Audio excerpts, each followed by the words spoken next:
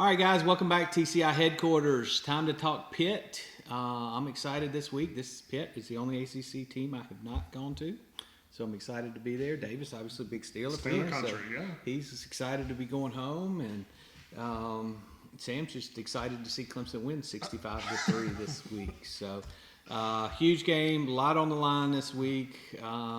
As we've talked about before, Clemson cannot afford another loss. If you want to make it to Charlotte, you want to win the ACC, especially the way NC State is playing right now. You got to take care of business. Best offense Clemson's faced this year. Clemson's got a great defense. We're going to find out how good that defense is Saturday afternoon. Davis, what are you looking for? What are some of the keys you're looking at? Well, I think offensively it's score points. I mean, I know it sounds elementary, but again, Clemson is yet to get. They just cannot get to 20 points against an FBS team, no matter how hard they try. And they're going to have to. Pretty safe to say. Yeah, 19's not going to win. No, this it's week. not. So you got to. So as part of that, you got to cut out the penalties, these missed blocking assignments up front, the drops. This offense's margin for error is so small. They're barely getting by because of that defense. So that's one. But number two is because of that offensive struggle, you can't have Pitt explode offensively. This defense has got to be able to you saw last week against Syracuse. Syracuse is averaging 31 points. Clemson holds them to 14, a little less than half. But if you can hold Pittsburgh to half, they're still scoring 24-25. So if you can keep them in that range, maybe you give yourself a chance. But the part of that is being able to get one of the best quarterbacks in the country going right now out of his rhythm, make him uncomfortable. That's Kenny Pickett. He's tearing it up right now. Heisman contender, big time. 21 touchdowns, 1 interception, completing right at 70% of his passes. An interesting stat that I looked up in preparing for this, he's averaging as many passing yards per game exactly as Clemson's averaging as a team in total offense. So, there's something to look for. Yeah. So you've got to find a way to get him out of rhythm, make him uncomfortable. I would suspect Brent Venables is going to come up with all sorts of looks, throw the kitchen sink at him. Dabo mentioned at his press conference Tuesday that he called him an NFL guy first of all, and I think he's right. But he called him a real rhythm passer. He completes 2, 3, 4, 5 balls in a row. And the offensive line protects him as well as they have been doing this year. Because I think he's among the top quarterbacks in the country in terms of time per attempt that he has to throw. I think it's over 3 seconds. So I don't think he'll have quite that much time against Clemson. And again, I think some of the looks that Brent Venables comes up with will have something to do with that. But if he gets comfortable back there, it could be a long day for Clemson. So they got to find a way to get to him and make him maybe hurry some throws and throw him into some mistakes because they're gonna have to win the turnover margin in this one. I don't really think I'm going out on a limb and saying this, but I think if Clemson's going to win this game, they're going to have to force a couple turnovers, and they're going to probably have to score defensive or special teams touchdown. It's just kind of how it is. And Dabo mentioned how good Pitt's special teams have been. Since their head coach has been there, they've scored around 7 touchdowns on special teams. So if a touchdown's going to come there, who knows? Maybe Will Spires is going to have to throw the football a little bit on some fake punts if they're going to score a touchdown on special teams. Maybe BT Potter might have to throw one. Yeah, maybe. Oh, my God. Anyway, just speaking on that, though, Dabo, like they said, I think the past 2 games, they've scored points off turnovers, and that's what they're going to need. They didn't score a touchdown in BC, but they obviously drove 87 yards in 12 plays after Tyler Venables had that interception, and it kind of changed the trajectory of the first half, right? Because Syracuse takes that lead.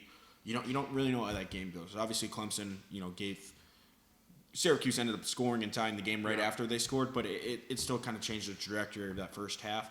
So they're going to need the forced turnovers, and I think that it's that, but also simplistic thing is the offense can't. You can't have 3 and outs. It just can't happen because we're talking about the defense and how the defense has to rise to the occasion. If the offense can't put together successful drives, even where they're not scoring points and keeping Pitt's offense off the field, like Clemson's defense it's bent but not break. It's gonna break. Pitt's offense is too good to where it's just not going to work like that. They're gonna need Andrew Booth to play. Goodrich and Sheridan Jones played very well against Syracuse, but they're going to need Andrew Booth to play against Jordan Addison, who's probably one of the best receivers in the ACC and one of the best receivers in the country. Right. And like Dabo said, to just go back to the point, when they were able to beat Pitt last year, they got Kenny Pickett to turn over the ball. Yep. So obviously he mentioned, they had some offensive linemen making their first couple career starts or whatnot, but they have an experienced unit there now. So it's about making him uncomfortable. And I think the defense has a chance to do that, especially because we don't know what Venables will have up his sleeve. I mean, I think they came out some looks that surprised all of us against Syracuse. And they made Garrett Schrader uncomfortable. I mean, the one touchdown pass he had, he just threw up a prayer ball, and luckily his safety, misplayed.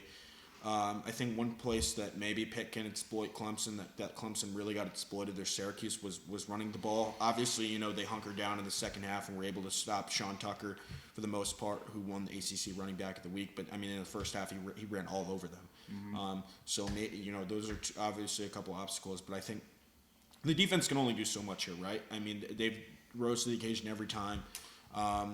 But at the end of the day, it's just about the offense putting points up on the board, and it's just more so like they just can't have the silly mistakes. And I know fans get upset about Tony Elliott repeating the same talking points, but just watch it. He's not wrong about anything he says. Like literally every play that you watch that goes wrong, somebody missed an assignment, whatever.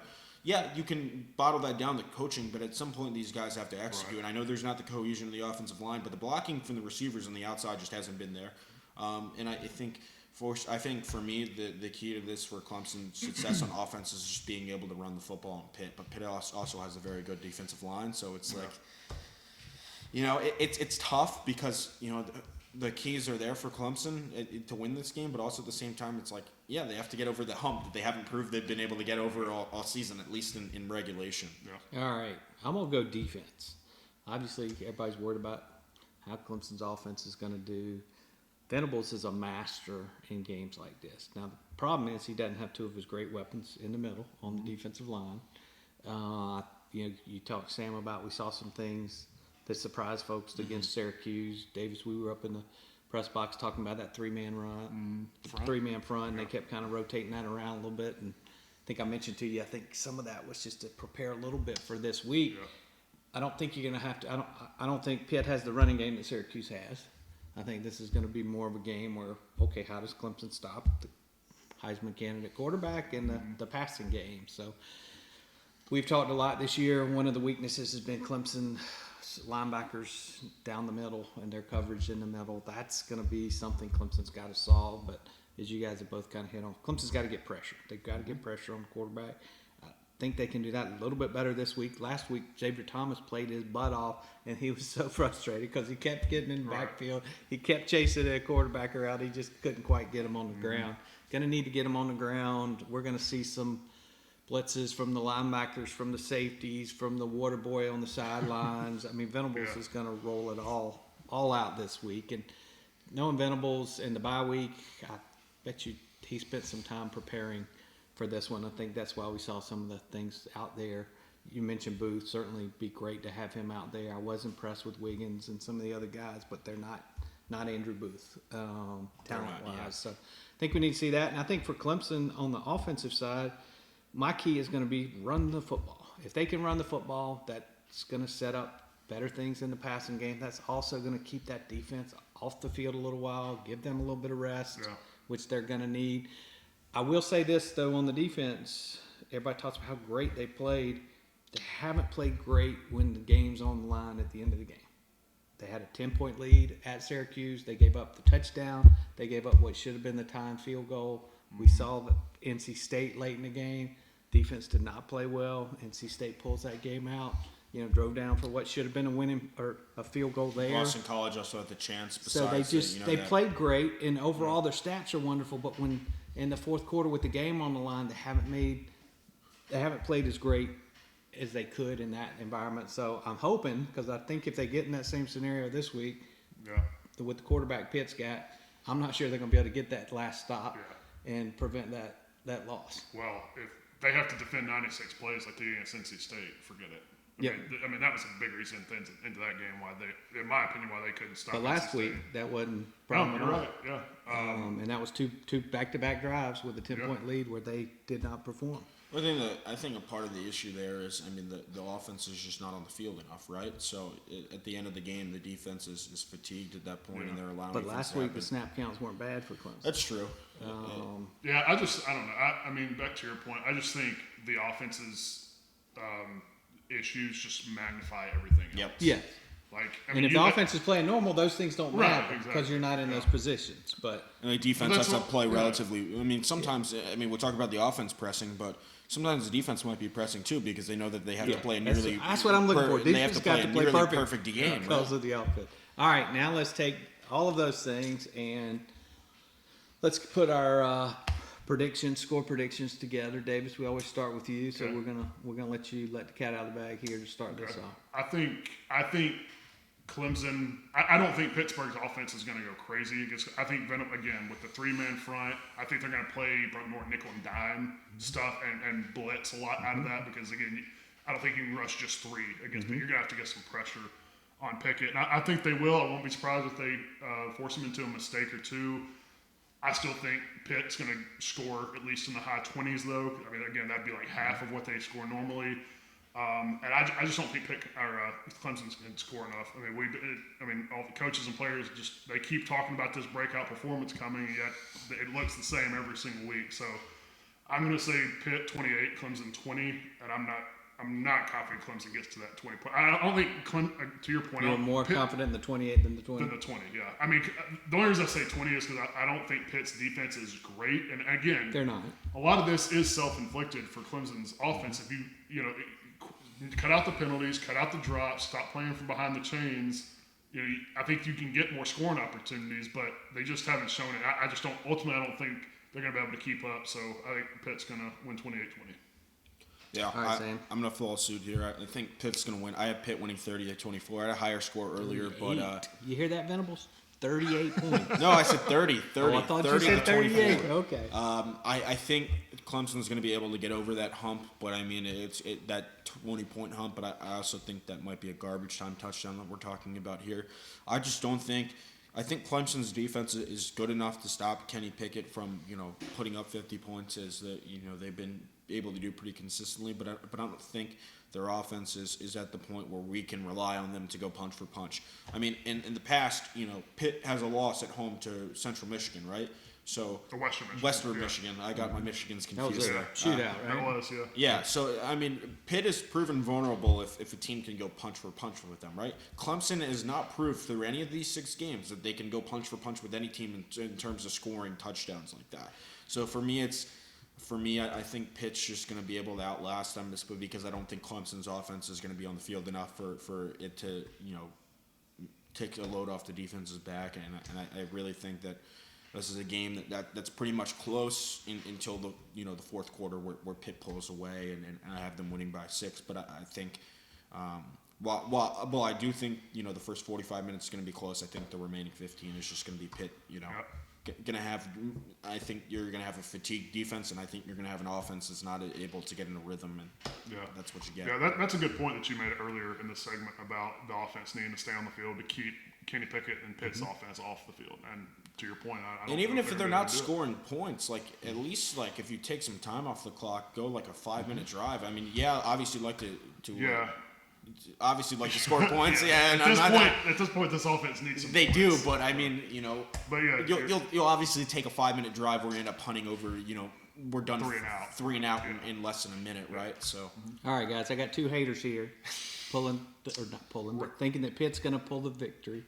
I think, unfortunately, there's probably going to be a lot of people out there. I know people betting on Vegas. I think the line started at Clemson 3, and now it's Pitt 3 or Pitt 2 or 3. So the betting money is going with these guys. I obviously don't know when they're betting what the point predictions are, but I'm going to give Clemson. You guys know I'm always optimistic, so you guys know probably where I'm going. Although I have picked against Clemson in the past. 63 points. I'm not going with 63. I do have a lot more faith, again, in Clemson's defense. I don't see any way that defense is going to give up 30 points. I don't see any way that defense is going to give up in the high 20s. I think Georgia gets all the credit for their defense. I think Clemson's defense is maybe not as good as Georgia, but pretty daggum good. it's one of the best defenses Clemson's had. Although I guess at this point in the season they're not quite as good because of some of the injuries.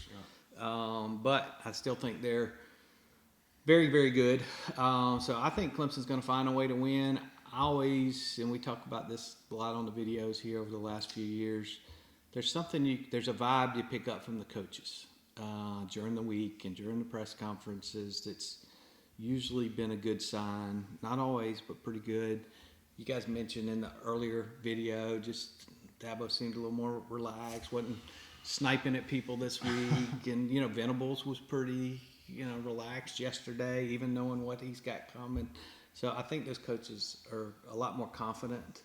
And I think this sets up for what Dabo has loved. You wrote yesterday, or this morning, Davis, about this first time Clemson's been an underdog since the Louisville game.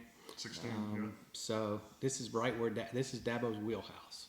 Now the question is, will his team deliver for him? So I think Clemson's going to find a way to win. I think they're a more talented team. I think they're going to find a way to get enough pressure, get enough turnovers on defense. I do think Pitt will probably get in the 20s. So I'm going to go, but I do think Clemson's going to find a way to get enough. So I'm going to go Clemson 28, Pitt 21.